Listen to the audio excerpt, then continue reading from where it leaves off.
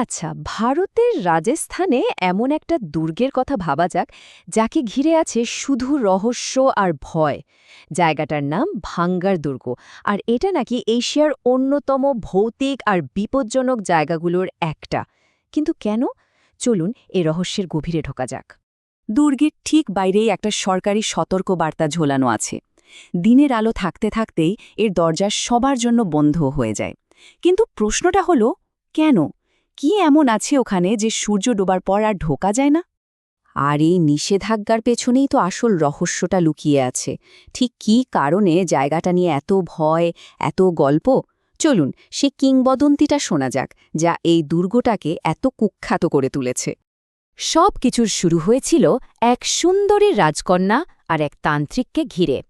চলুন কয়েকশো বছর পিছিয়ে গিয়ে দেখি কিভাবে প্রেম, প্রত্যাখ্যান আর প্রদেশদের একটা কাহিনী এই দুর্গকে চিরকালের জন্য অভিশপ্ত করে দিল। গল্পের কেন্দ্রে ছিলেন ভাঙড়ের অপরূপ সুন্দরী রাজকন্যা রত্নাবতী, আর অন্যদিকে ছিল সিংহিয়া নামের এক জাদুকর, যে কালা জাদু জানত। সে রাজকন্যার রূপে এতটাই মুগ্ধ ছিল যে যে কোনো উপায়ে তাকে নিজের করে পেতে চেয়েছিল। তো নিজের এই খারাপ উদ্দেশ্য পূরণ করার জন্য সিংহিয়া কালো জাদুর সাহায্য নিল।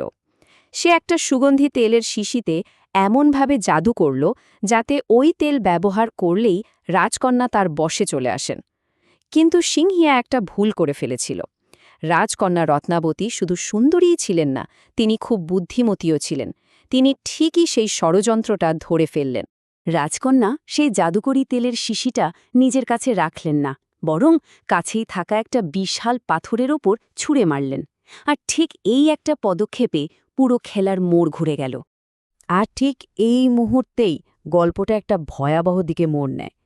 রাজকন্যার ওই একটা কাজের ফল যে কি মারাত্মক হতে পারে তা হয়তো কেউ ভাবতেও পারেনি। ব্যাপারটা দেখুন, কি অদ্ভুত পরিহাস! যে জাদু সে অন্যের ওপর প্রয়োগ করতে চেয়েছিল, সেটাই তার মৃত্যুর কারণ হয়ে দাঁড়াল। মন্ত্র পড়া তেল লাগা মাত্রই সেই বিশাল পাথরটা যেন জীবন্ত হয়ে উঠল আর সোজা গড়িয়ে গিয়ে পিষে ফেলল তান্ত্রিক সিংহিয়াকে। কিন্তু মৃত্যুর ঠিক আগে যন্ত্রণায় ছটফট করতে করতে সিংহিয়া তার শেষ শক্তিটুকু দিয়ে এমন এক অভিশাপ দিয়ে গেল, যা ভাঙরের ভাগ্যটাকেই চিরদিনের মতো বদলে দিল। তার অভিশাপটা ছিল দুটো ভাগে ভাগ করা, আর দুটোই ছিল মারাত্মক।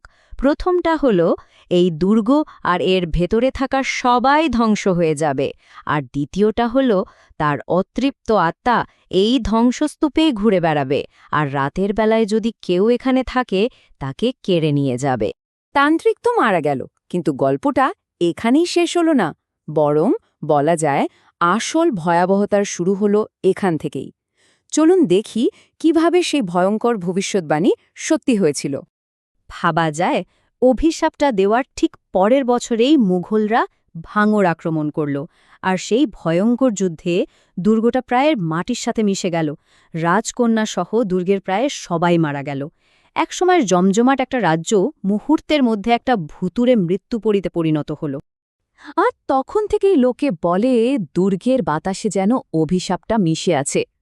আজও যারা ওখানে যান তারা নানা রকম অদ্ভুত অভিজ্ঞতার কথা বলেন। যেমন ধরুন, রাতের নিস্তব্ধতায় হঠাৎ নারী পুরুষের কান্নার শব্দ বা চিৎকারের আওয়াজ শোনা যায়। কেউ কেউ তো আবার চলমান ছায়ামূর্তিও দেখেছে বলে দাবি করে। কিন্তু সবচেয়ে ভয়ের ব্যাপার হলো তাদের নিয়ে, যারা সাহস করে রাতের নিষেধাজ্ঞা অমান্য করেছে। বলা হয় তাদের পরিণতি হয় দুটো: হয় তারা ফিরে আসে কিন্তু মাথা ঠিক থাকে না, অথবা তারা আর কোনোদিনও ফেরে না, চিরদিনের জন্য হারিয়ে যায়। দেখুন, এতগুলো বছর কেটে গেল, কিন্তু সেই পুরনো গল্পটা আজও ভাঙড়ের দেওয়ালে দেওয়ালে ঘুরে বেড়ায়। তো আজকের দিনে এই রহস্যটা ঠিক কী অবস্থায় আছে? ব্যাপারটা যে শুধু লোকমুখে চলে আসা একটা গল্প তা কিন্তু নয়। ভারতের সরকারি সংস্থা আর্কিওলজিক্যাল সার্ভে অফ ইন্ডিয়া, তারা নিজেরা ওখানে একটা সাইনবোর্ড লাগিয়েছে, আর তাতে স্পষ্ট লেখা আছে সূর্যাস্তের পর থেকে সূর্যোদয়ের আগে পর্যন্ত এখানে ঢোকা যাবে না। আচ্ছা, তাহলে সরকারের মতে কারণটা কি? তারা বলে রাতে নাকি ওখানে হিংস্র জানোয়ার ঘুরে বেড়ায়। এটা হলো সরকারি ব্যাখ্যা। কিন্তু ওখানকার স্থানীয় মানুষ, তারা এসব মানে না। তাদের বিশ্বাস একটাই, সেই তান্ত্রিকের অভিশাপ আজও বেঁচে আছে। তাহলে কোনটা বিশ্বাসযোগ্য, সরকারের বলা বন্য প্রাণীর ভয়, নাকি শত শত বছর ধরে চলে আসা এক অভিশাপের কাহিনী? আসল সত্যিটা হয়তো ওই দুর্গের ভাঙা দেওয়ালের মধ্যেই কোথাও চাপা পড়ে আছে, কিন্তু প্রশ্ন হল, সেই সত্যিটা খুঁজে বের করার জন্য ওখানে এক রাত কাটানোর সাহস কি কারো হবে?